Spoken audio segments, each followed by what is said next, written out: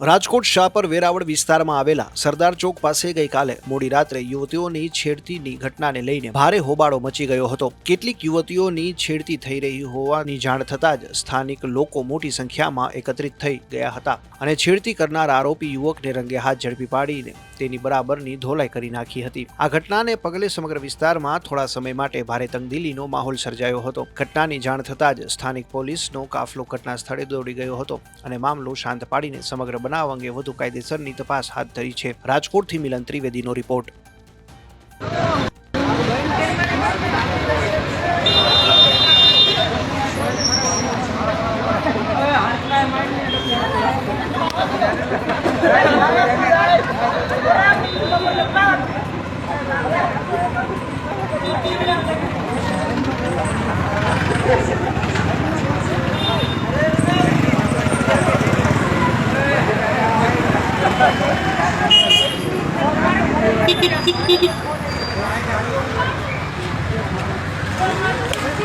એટલે